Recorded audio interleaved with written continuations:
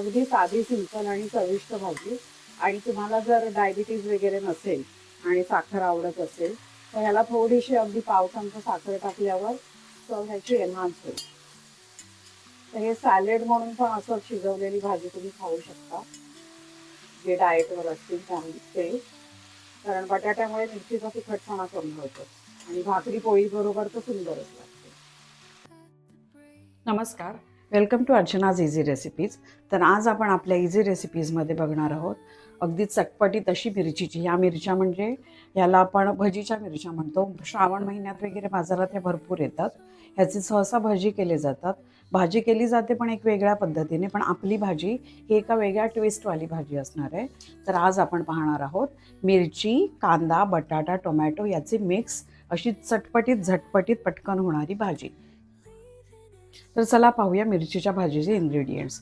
तर ह्या आपल्या पाव किलो जाड्या मिरच्या आहेत आणि एक अंदाजाने मी छोट्या साईजच्या आहेत म्हणून 4 बटाटे घेतलेत.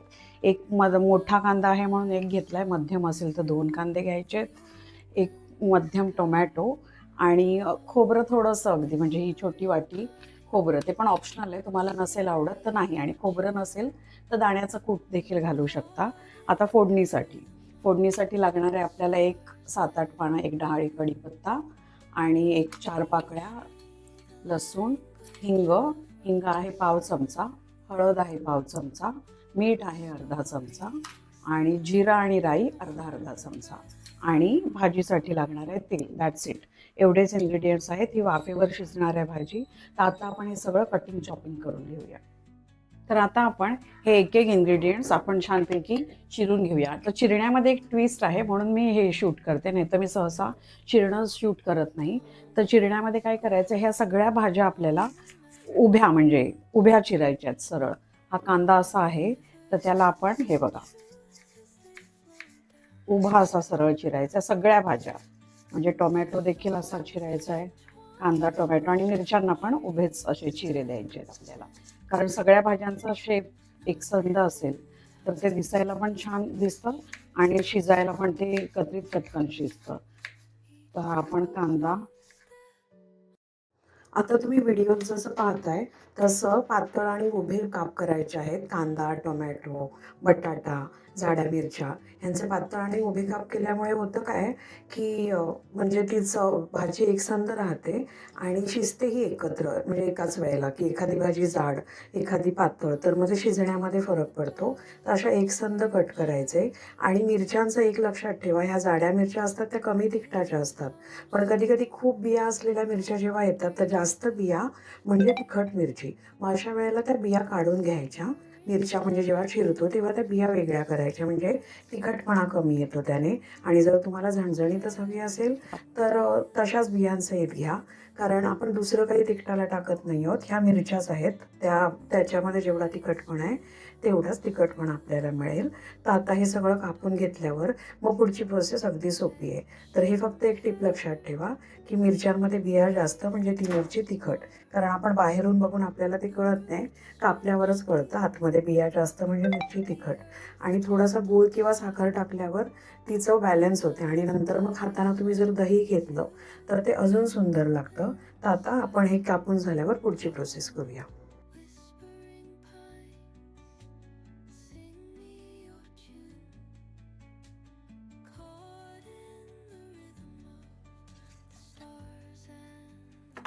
आता आपण लसूण आहे, लसूण सालीसहितच घ्यायचं आहे. आणि लसूण फक्त असं ठेचून घेऊ शकता किंवा आता हा मोठा आहे त्यामुळे मी असं जरा बारीक चिरते. नाही तर तुम्ही डायरेक्ट खलबत्त्यामध्ये ठेचू शकता.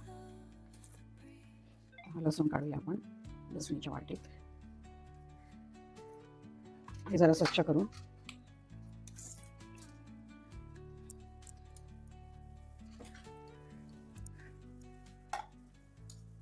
हे पहा, आपली आता ही सर्व पूर्वतयारी झाली आहे. कटिंग चॉपिंग सगळं झालंय. आता फक्त आपण कढई तापायला ठेवणार आहोत. तर आपली आता कढई तापलेली आहे. तर आपण त्यावर आता फोडणी करूया. तर फोडणीचे 1 बाय 1 इन्ग्रेडियंट्स टाकूया. तर सगळ्यात आधी जातोय आपला हा लसूण. लसूण टाकल्यावर लसूण थोडासा होईपर्यंत आपण टाकतोय अर्धा टीस्पून राई, अर्धा टीस्पून जिरं, आणि पाव चमचा हिंग. हिंग टाकल्यावर थोडंसं हे हलवून घेऊया. आणि आता टाकतोय आपला कढीपत्ता.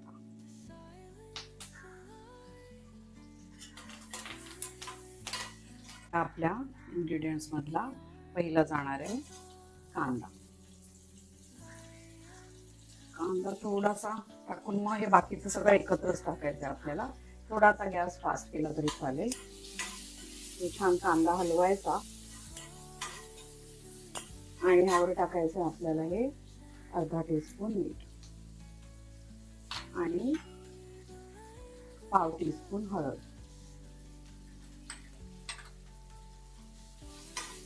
त्यात असं थोडंसं मिक्स केलंय आणि हे परतलेल्या भाज्या असणार आहेत सगळ्या, त्यामुळे सगळ्या एकत्रच त्या परतल्या जाणार तेलावर, म्हणून तेल आपलं थोडं जास्त गेलंय. तर आता आपण हे टोमॅटो टाकू,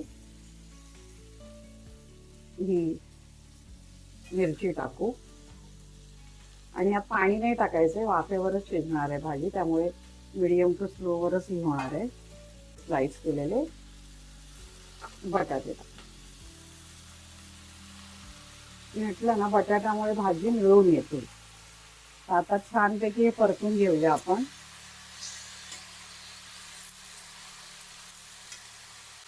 अगदी साधी सिंपल आणि चविष्ट भाजी. आणि तुम्हाला जर डायबिटीज वगैरे नसेल आणि साखर आवडत असेल तर ह्याला थोडीशी अगदी पाव चमचा साखर टाकल्यावर तर ह्याची एनहान्स होईल.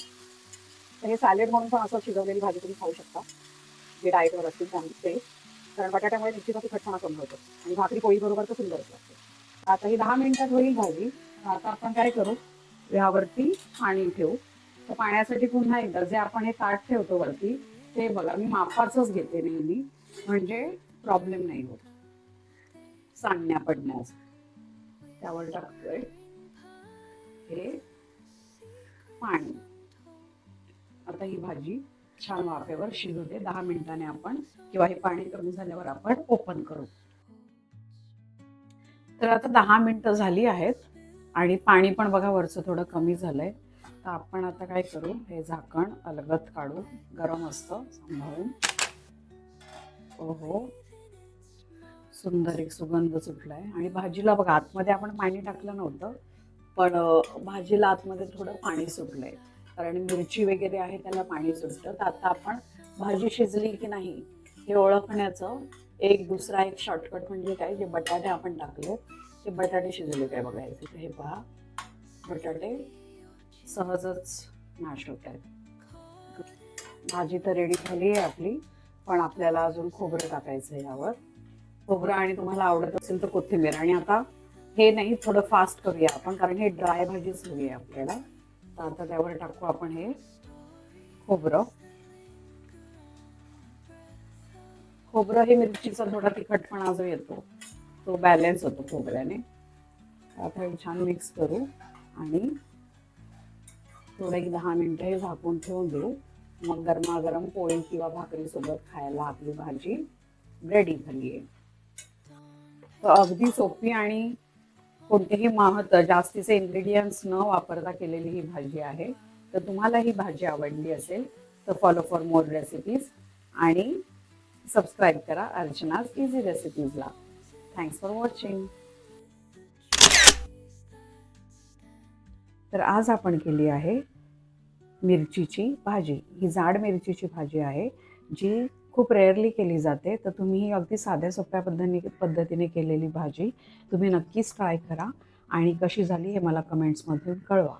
आणि माझ्या रेसिपीज पाहत राहा आणि नवीन नवीन रेसिपीजच्या नोटिफिकेशनसाठी बेल आयकन जरूर दाबा. Keep watching Archana's easy recipes. धन्यवाद.